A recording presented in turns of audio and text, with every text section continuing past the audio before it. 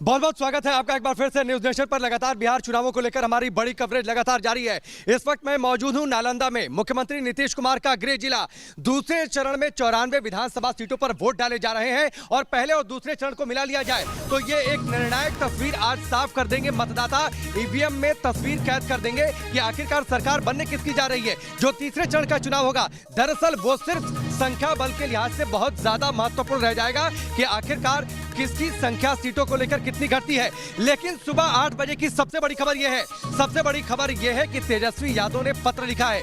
2 page का पत्र लिखा है प्रधानमंत्री मोदी को और ये कहा है कि आदरणीय प्रधानमंत्री जी, समस्त बिहार वासी पुनः आपके बिहार आगमन पर हार्दिक अभिनंदन करते हैं। आपके नाम एक पत्र लिखा है। आशा करते हैं कि बिहार वासियों से पिछले 6 सालों में आपने जो वायदे किए उन वायदों को आप पूरा करेंगे। ये लेटर इसलिए भी क्योंकि आज प्रधानमंत्री मोदी की 2 रैलियां हैं, सहरसा और फारबिसगंज में। एक बार फिर से प्रधानमंत्री मोदी आज बिहार के लोगों के बीच होंगे, इन रैलियों को संबोधित करेंगे।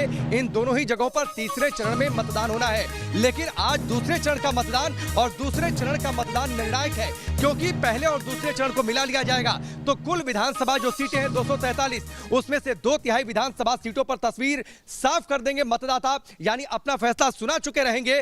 तीसरे चरण में जो बातचीत होगी वो सिर्फ संख्या बल के लिहाज से किसकी सीटें थोड़ी कम ज्यादा होती हैं, इसको लेकर तीसरे चरण में बातचीत होगी। लेकिन पहले के दोनों चरण यानी पहला चरण और दूसरा चरण ये दोनों ही निर्णायक हैं, यानी सत्ता किसको मिलेगी।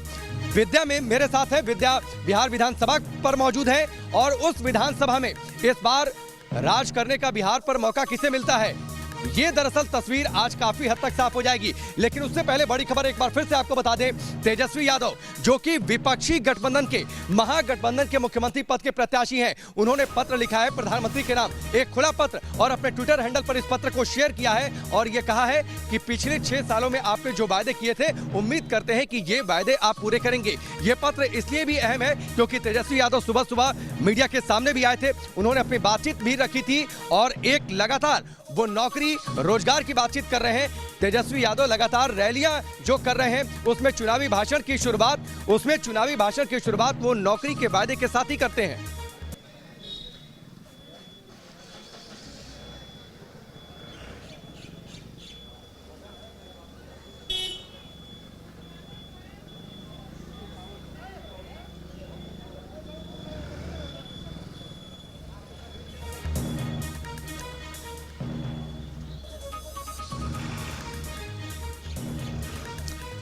तो लगातार ये चुनाव को लेकर हमारी बड़ी कवरेज जारी है। जी, यहाँ पर हम मौजूद हैं, लोग यहाँ पर भी धीरे धीरे वोट डालने के लिए पहुँच रहे हैं। एनके सिंह सर हमारे साथ लगातार जुड़े रहे हैं, उनसे भी बातचीत करेंगे। विद्या हमारे साथ जुड़ेंगे, उनसे भी हम बातचीत करेंगे, बिहार विधानसभा में मौजूद हैं। लेकिन दरअसल इस बार सत्ता की चाबी किसके हाथ रहती है, दूसरे चरण में काफी हद तक तस्वीर साफ होगी। तेजस्वी यादव ने पत्र लिखा है, जो आज की बड़ी अपडेट्स हैं। बड़ी अपडेट्स ये है कि कुछ प्रतिक्रियाएं आ रही हैं, वो हम आपको सुनवाते हैं। मैं पहली बार वोट दे रही हूँ तो मुझे काफ़ी अच्छा फील हो रहा है। डेमोक्रेसी एट इट बेस्ट, पहली बार, और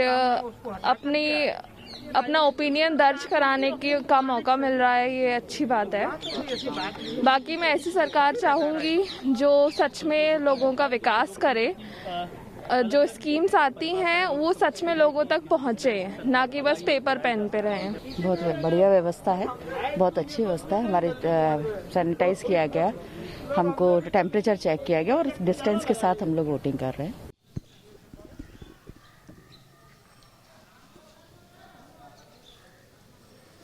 तो ये आपने प्रतिक्रियाएं सुनी, जो लोग पोलिंग बूथ पर पहुंच रहे हैं वोट डालने के लिए। विद्या हमारे साथ लगातार मौजूद हैं।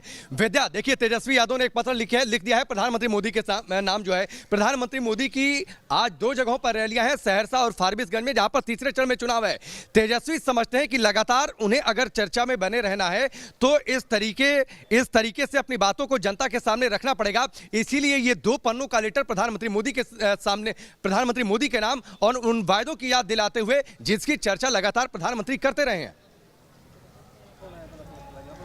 राकेश, देखिए ये जो चिट्ठी लिखी है तेजस्वी यादव ने प्रधानमंत्री नरेंद्र मोदी को, उससे पहले एक चिट्ठी पूरे बिहार में घूम रही है और वो चिट्ठी है नीतीश कुमार की। आप अलग अलग विधानसभा क्षेत्रों में जब जाते हैं, लोगों से मुलाकात करते हैं, तो वहां पर एक चिट्ठी आपको दिखाई देती है, मिलती है, जिसमें नीतीश कुमार बताते हैं कि बिहार में 15 साल में उन्होंने क्या किया है, उन्होंने बिहार को कहां से कहां तक पहुंचाया है, ये तमाम बातें इस चिट्ठी में लिखी हुई है। तो तेजस्वी यादव ने, आप समझिए, प्रधानमंत्री को भले ही चिट्ठी लिखी हो, लेकिन जवाब कहीं ना कहीं नीतीश कुमार की उस चिट्ठी को दिया गया है, जो चिट्ठी जनता तक पहुंच रही है, वोटर्स तक पहुंच रही है। लेकिन देखिए, कहा यह हमेशा से जाता है कि बिहार जो है और यहाँ के जो मतदाता है, वो आखिरी वक्त में ही तय करते हैं, जब वो बटन दबाने जाते हैं, जब वो वोट डालने जाते हैं, तो तय करते हैं कि वो किसकी तरफ है और किसकी तरफ नहीं है। उससे पहले आप चाहे उनसे कितनी बात कर लीजिए, आप उनके अंदर की बात नहीं समझ सकते और वो बताएंगे नहीं आपको। ये बिहार की जनता के लिए, यहाँ के वोटर के लिए कहा जाता है। लेकिन इस चिट्ठी में भी तेजस्वी ने जो लगातार रैलियों में बातचीत की है, जिन मुद्दों का जिक्र किया है, उन मुद्दों को एक बार फिर से टच किया तेजस्वी अपने पत्र में ये कहते हैं, विशेष राज्य के दर्जे की बातचीत कहते हैं। लॉकडाउन के दौरान जिस तरीके से मजदूरों का रैला सड़कों पर दिखाई दिया था, जिस तरीके से दूसरे राज्यों से मजदूर बिहार के रुख उन्होंने किया था, पैदल लगातार वो अपने सफर को तय कर रहे थे, इन तमाम बातों का जिक्र किया है। इन मुद्दों को वो रैलियों में टच करते रहे हैं। उन्हें लगता है कि बिहार के लोग इन मुद्दों से जुड़ रहे हैं, इसीलिए एक बार फिर से इस पत्र में उन्हीं मुद्दों का जिक्र।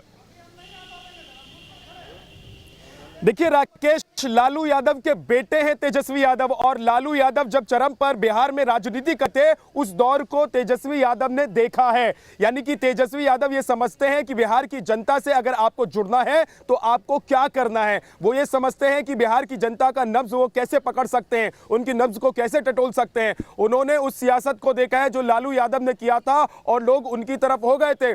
15 साल तक लालू यादव के साथ खड़े थे, और उसके बाद जब उनके बेटे अब मैदान में खड़े हैं, तो लोग लालू यादव का नाम लेते हुए तेजस्वी यादव को आगे बढ़ाना चाहते हैं। तो लोग जानते हैं कि वो लालू यादव के साथ हैं, तेजस्वी यादव के साथ हैं, लेकिन बहुत अच्छे से तेजस्वी यादव ये जानते हैं कि इन लोगों को कैसे अपने पक्ष में किया जाए। और तेजस्वी यादव ने एक बड़ा दांव जो चला 10 लाख नौकरी का, वो लोगों तक बात पहुंच गई, वो बात चर्चा में आ गई और उसे मुद्दा बना दिया गया बिहार चुनाव में। और ये बात अब तेजस्वी के लिए फायदेमंद हो सकती है। अगर जनता कन्विंस्ड है, अगर जनता ने ये मन बना लिया है कि उसको नौकरी चाहिए, अगर युवा इस बात को सोच रहे हैं कि वो नौकरी के नाम पर वोट देंगे, तो वो तेजस्वी यादव के साथ हो सकते हैं। इसलिए तेजस्वी यादव चाहे चिट्ठी लिखें, चाहे जन रैलियों में जाकर, आपको याद होगा कि एक जनसभा को जब संबोधित कर रहे थे तेजस्वी यादव, तो उन्होंने कैसे लोगों से जुड़कर बात की थी, जरा उनको समझिए। अगर लालू यादव को आपने देखा और सुना होगा तो आपको लालू यादव की याद आ जाएगी। उन्होंने कहा था कि आपके बच्चे को टॉफी चाहिए, लेकिन ये टॉफी कहां से आएगी?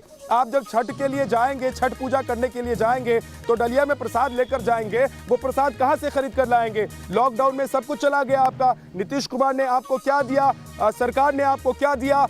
तो टॉफी अगर आपके बच्चे को चाहिए तो पहले रोजगार आपको चाहिए, और आपके घर में अगर कोई किसी के पास रोजगार होगा, नौकरी होगी, तो टॉफी से लेकर प्रसाद तक आप खरीद पाएंगे। नहीं, एक और बड़ी दिलचस्प बात है विद्या, एक और बड़ी दिलचस्प बात है इस टॉपिक का जिक्र करते हुए। आप देखिए चुनावों में धन बल का इस्तेमाल कैसे होता है, इसका चुनावी इतिहास गवाह रहा है। तेजस्वी यादव अपनी रैलियों में भी ये कहते हैं कि अगर कोई आपको पैसा देने आए तो आप पैसे ले लेना, लेकिन वोट कहाँ करना है, इस बात का ध्यान रखना कि लालटेन पर सिर्फ वोट करना है, पैसे आप जिससे चाहे ले लो। जी राकेश, देखिए ये अरविंद केजरीवाल ने इस फॉर्मूले को दिल्ली में अपनाया था। अरविंद केजरीवाल ने दिल्ली में इसी तरह की बातें की थी और लोगों ने उनकी ये बातें समझ ली थी। अरविंद केजरीवाल दिल्ली में सत्ता में आए, एक बार फिर से वो सत्ता में आए, तो कहीं ना कहीं तेजस्वी यादव वही सब कर रहे हैं, वही सब जनता को बता रहे हैं, दिखा रहे हैं, जो अभी तक उन्होंने देखा है, सीखा है और समझा है। और उनको समझ में आ गई है एक बात कि अगर लोगों तक आपको पहुंचना है, लोगों से आपको जुड़ना है, तो आपको ठीक वैसी ही बातें करनी होगी जो बहुत आसानी से लोगों के अंदर उतर जाए। यानी कि लोग आपकी बात को बड़ी आसानी से समझ लें, आप पर विश्वास कर लें। 10 लाख नौकरी के सवाल पर भले ही तेजस्वी यादव इधर उधर की बात करने लग जाएं, वो कहें कि बजट में पहले से इसका प्रावधान है, इतने पैसे हैं बिहार बजट में कि ठीक है विद्या, मैं आपके पास आता हूं। कुछ महिलाएं यहाँ पर वोट डालकर आ रही हैं, आप लोगों ने वोट दे दिया?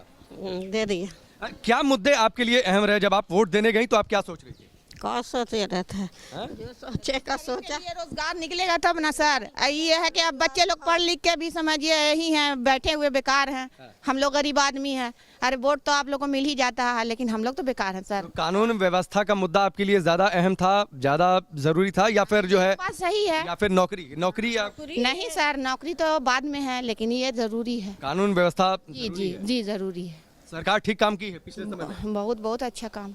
सरकार ठीक काम की है। देखिए, जो कुछ महिलाएं यहाँ पर वोट डालकर आ रही हैं उनसे हमने बातचीत की है, और ये लगातार जिस बात की चर्चा हम कर रहे हैं, जिस बात की चर्चा विद्या कर रहे थे, नौकरी का मुद्दा काफी अहम रहा है। नौकरी के मुद्दे पर लोग तेजस्वी के साथ जा रहे हैं। तेजस्वी ने इस बात को बखूबी समझा कि कोरोना और लॉकडाउन के बाद लोगों की आर्थिक सेहत बिगड़ी है, और आर्थिक सेहत बिगड़ी है तो लोगों के लिए सबसे जरूरी रोजगार रहा है। इसलिए अगर हम रैली में नौकरियों की बातचीत करेंगे तो ज्यादा तालियां सुनने को मिलेंगी, ज्यादा लोगों की भीड़ जुटेगी, लोग ज्यादा कनेक्ट कर पाएंगे, और लोगों से कनेक्ट करने की वजह से ही तेजस्वी ने यह भी कह दिया कि अगर जरूरत पड़ेगी पैसों के लिए तो वो विधायकों और मुख्यमंत्री की सैलरी भी काटेंगे। दरअसल जिस बात का जिक्र एनके सिंह से पहले कर रहे थे, ऐसा नहीं है कि कोई बहुत बड़ा बजट इससे तैयार हो जाएगा, लेकिन इस मुद्दे को जनता यह सोचेगी कि चलो कोई एक नेता ऐसा है जो लगातार नौकरियों के लिए नेताओं की सैलरी काटने की बातचीत करता है। तेजस्वी और चिराग पासवान ने अपने थोड़ी देर पहले क्या कुछ कहा, पहले वो आपको सुनवाते हैं। देखिए, पहला चरण बहुत ही अच्छा गया है, और दूसरा चरण जो आज शुरुआत होने वाली है, मुझे लगता है कि ये और भी बेहतरीन होगा, और भी लोग जो है हमारे पक्ष में मतदान करेंगे। मुझे पूरा भरोसा है कि इस बदलाव के सुनामी में जहां एजेंडा पढ़ाई, दवाई, कमाई, सिंचाई, महंगाई, इन सारे एजेंडों पर बिहार की जनता जो है वोट देने का काम करेगी। And I am very much sure that people of Bihar will vote for us because people of Bihar want change in Bihar. They want proactive government, they want a progressive government. हमारी सरकार बनना तय है, क्योंकि मौजूदा लोग जो बिहार के लोग हैं डबल इंजन गवर्नमेंट से, खासतौर पे नीतीश कुमार जी से लोग गुस्से में नहीं बल्कि नफरत करने लगे हैं। दूसरा चरण तो एकदम पूरी तरीके से स्पष्ट कर देगा कि मुख्यमंत्री मौजूदा नीतीश कुमार जी कभी बिहार प्रदेश के मुख्यमंत्री दोबारा नहीं बनेंगे, इसमें कहीं कोई संदेह की बात नहीं है। और देखिए, जिस तरीके से अहंकार तो खैर बड़े बड़े लोगों का नहीं रहा, तो मुख्यमंत्री क्या चीज़ है। बड़े बड़े लोगों को जनता ने सत्ता से बेदखल कर दिया उनके अहंकार की वजह से, और जिस तरीके से मुख्यमंत्री जी अपने अहंकार के स्वरूप के साथ मैदान में उतरे हुए हैं। आप मुझे बताएं ना कि आपके अगले 5 साल का रोड मैप क्या है। आज तक मुख्यमंत्री ने, आज जब दूसरे फेज की शुरुआत पर हम लोग बैठे हैं, बिहारी होने के नाते मुझे अभी तक नहीं पता कि भैया अगर कल को बाढ़ आएगी दोबारा मेरे प्रदेश में तो मुख्यमंत्री क्या करेंगे, या बेरोजगारी हटाने के लिए मेरे मुख्यमंत्री क्या करेंगे। 7 निश्चय पार्ट 2 तो आप लेकर आगे, पर आप बताएं तो कि जो बच्चे बाहर जाते हैं शिक्षा रोजगार के लिए, उनको वापस प्रदेश में रोकने के लिए आप क्या करेंगे। तो मुख्यमंत्री के पास कोई रोड मैप है नहीं।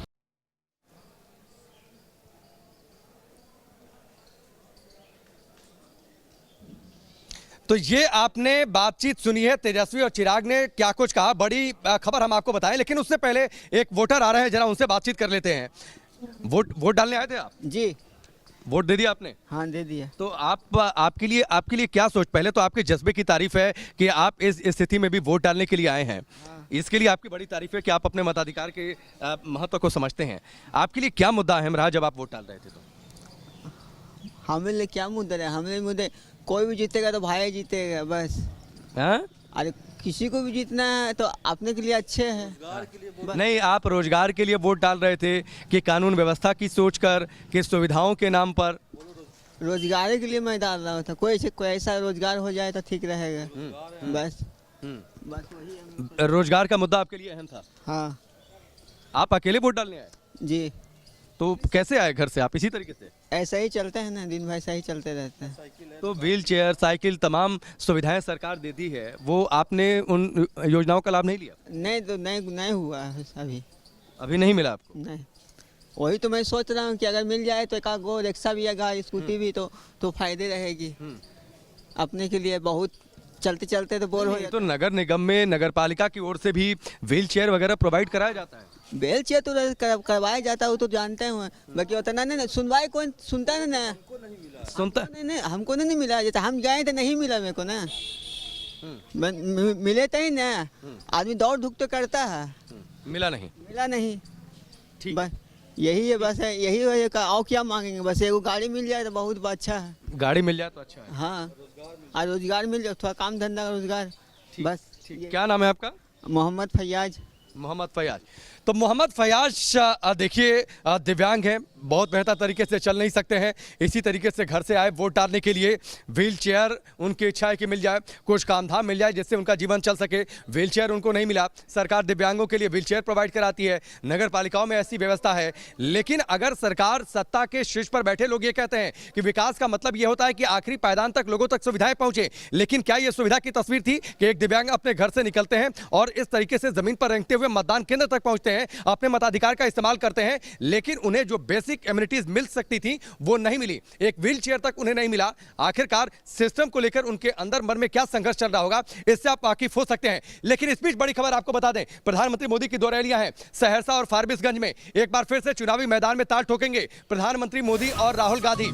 आज दूसरे चरण का मतदान है, लेकिन तीसरे चरण के लिए चुनाव प्रचार जोरों पर है। प्रधानमंत्री मोदी एक बार फिर से बिहार की जनता के बीच होंगे। सहरसा और फारबिसगंज में उनकी 2 जगहों पर चुनावी रैलियां हैं। वहीं राहुल गांधी भी लगातार बिहार के लोगों के बीच पहुंच रहे हैं। राहुल गांधी लगातार सक्रिय हैं और अपनी बातों को जनता तक पहुंचा रहे हैं और इस बात का जिक्र लगातार वो कर रहे हैं कि अब बिहार में बदलाव जरूरी है और ये बदलाव महागठबंधन की सरकार के नेतृत्व में हो सकता है। इस बदलाव को लाया तभी जा सकता है, इस बदलाव को तभी लाया जा सकता है जब तेजस्वी यादव मुख्यमंत्री बने। तो 2 बड़े नेताओं की रैलियां, राहुल गांधी और खुद प्रधानमंत्री मोदी की रैलियां हैं एक बार फिर से बिहार चुनाव में। यहां पर रुकेंगे ब्रेक के लिए, बहुत जल्द वापस लौटते हैं। ब्रेक के बाद एक बार फिर से आपका बहुत बहुत स्वागत है। दूसरे चरण के लिए मतदान लगातार जारी है बिहार में 94 विधानसभा सीटों पर।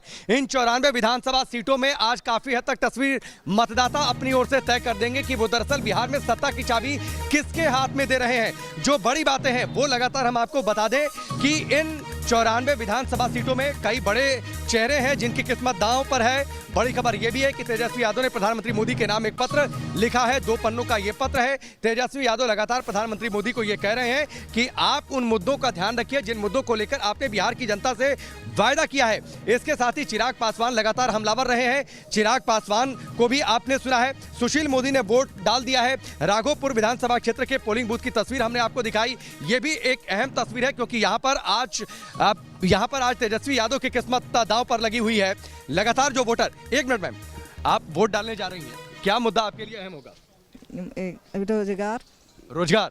हाँ। रोजगार के मुद्दे को ध्यान में रखकर वोट करेंगे जी। आंटी, आपके लिए क्या चीज अहम है जब आप वोट डालने जा रही हैं? आधार के लिए है। हा? आधार के लिए अपना। आधार के लिए? क्या आधार कार्ड नहीं बना है? आधार कार्ड बन गया है तो मैंने अपना भोजन के लिए, भोजन पाने के लिए। हाँ। ये 2 मुद्दे आपके लिए। हाँ। ठीक है, जो वोटर वोट डालने जा रहे हैं उनसे आप बातचीत करिए। तो इस बार नौकरी की बातचीत ज्यादा है, रोजगार की बातचीत ज्यादा है, इसलिए इस बार का चुनाव थोड़ा सा अलग है क्योंकि पहली बार ऐसा है कि जाति पाति से ज्यादा जो बिहार की राजनीति में होता है, नौकरियों की बातचीत ज्यादा हो रही है और इसको तेजस्वी समझते हैं, इसीलिए वो लगातार नौकरियों की बातचीत कर रहे हैं। यहां पर रुकेंगे ब्रेक के लिए, बहुत जल्द वापस लौटते हैं।